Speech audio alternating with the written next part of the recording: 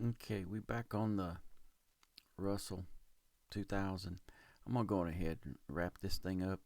If it gets down to here, there's a good chance that it might settle down. So it's this is what three. See the three? There's three accounts in this. Uh,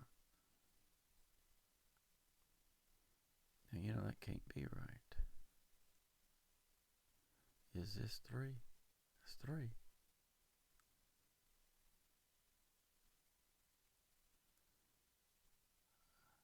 Something's not right. That's not showing any profit there. I wonder if I get rid of this. Oh, must be in the. Okay, so that tells me I do have something wrong. Okay, so this. Okay, I'm gonna edit.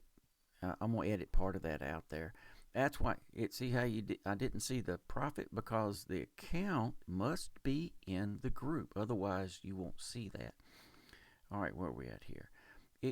It might go on down some more, but it's 10:30 on a Friday. I mean, enough's enough. Let's get rid of this nonsense. Order filled. Okay, so they're all goners. So now all I have left is that doggone Dow. And I feel comfortable saying that would probably go on down to in this neighborhood right here. I'm leaving a lot of money on the table. I know that, but hey, enough's enough, and that's enough.